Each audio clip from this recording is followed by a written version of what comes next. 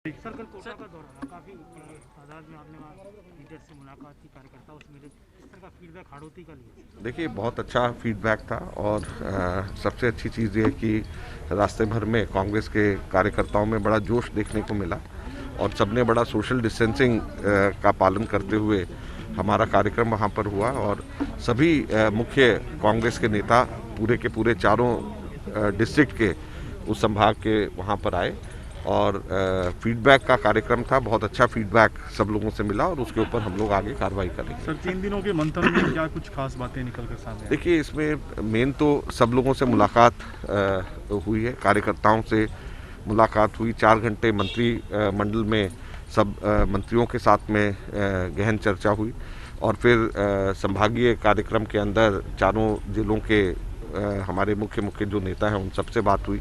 तो मैं समझता हूँ बहुत अच्छा डिस्कशन रहा। कल सर कल जो है किसानों का जो संवाद कार्यक्रम है वो किस तरह रहना है? मंत्रियों को टास्क दिया गया है?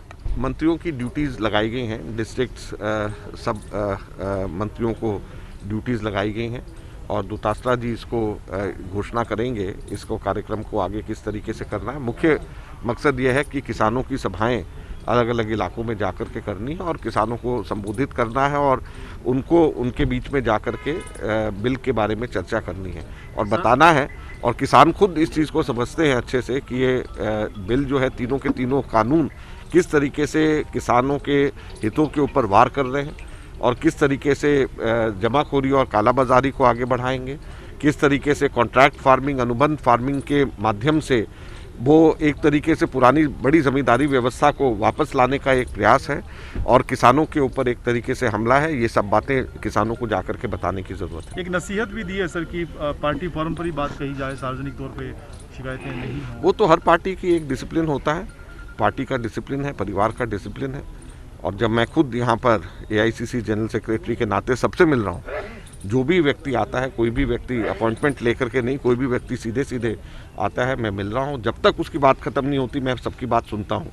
तो उसके बाद में फिर पब्लिक प्लेटफॉर्म पे कहने की क्या ज़रूरत है। जब खुद AICC के जनरल सेक्रेटरी आकर के 3 दिन यहाँ पे रहा हूँ और जब तक यहाँ पे हूँ, जब तक कोई भी आकर के मेरे से मिल सकता है, तो उसके बाद में जब मुझे ही डायरेक्ट सब लोग अपनी बात कह रहे हैं और उसमें कहीं पर भी कोई सच्चाई होती है तो उसको हम एग्जामिन कराएंगे और उसके ऊपर एक्शन लेंगे। बचे हुए संभागों के दौरे सभी साथ साथ अब जल्दी करेंगे। मुझे खुद कोरोना हो गया था जिसकी वजह से बीच में अजमेर के बाद में हमारे को रोकना पड़ा। अब दोबारा से कल अब हमने शुरू किया, जनवरी में फिर बचे हुए संभागों का दौरा करेंगे। ये एक बड़ी फ्रूटफुल एक्सरसाइज है। कल सभी वहाँ के कार्यकर्ताओं ने बड़ा प्रसन्नता हर एक डिस्ट्रिक्ट की मीटिंग के बाद में व्यक्त करी और सबसे बड़ी बात यह कि मुझे फर्स्ट हैंड जानकारी संभाग हेडक्वार्टर्स में जाकर के मिलती है।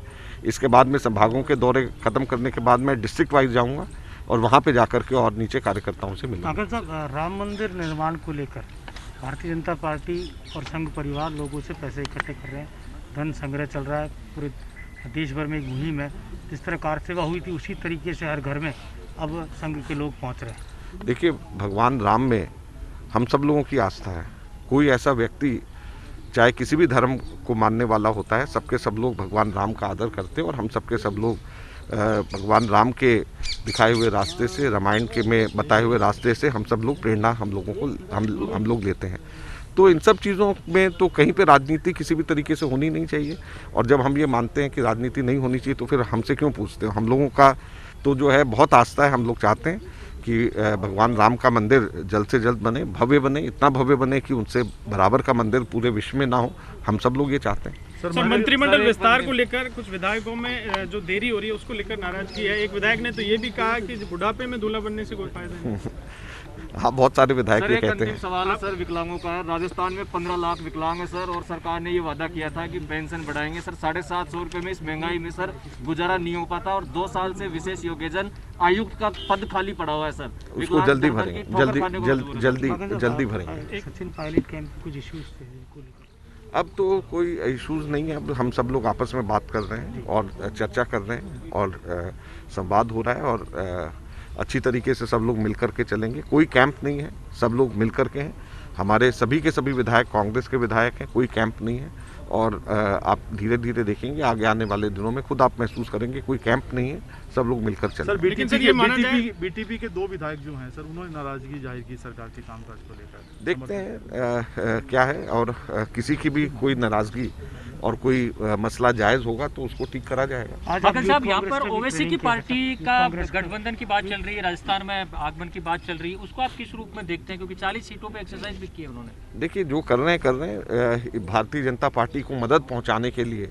और सेकुलर वोट्स को बांटने की कोशिश होगी, तो लोगों को, जो लोग ये कोशिश कर रहे हैं उनको समझना चाहिए कि लोग जो हैं हर चीज़ को समझते हैं और सेकुलर वोट्स ना बटे, इस चीज़ की पूरी कोशिश सब लोग करेंगे। कल हनुमान बेनीवाल की पार्टी ने समर्थन वापस ले लिया एनडीए से, क्या इस तरह की पार्टियों को कांग्रेस अपनी तरफ जोड़ने की कोशिश करेगी? अब इससे पहले बीजेपी के राजस्थान बीजेपी के अध्यक्ष ने ही कह दिया था कि वो हमारा उनसे कोई संबंध नहीं है, तो अब उनकी बात आप पहले मानोगे या इनकी पहले मानोगे?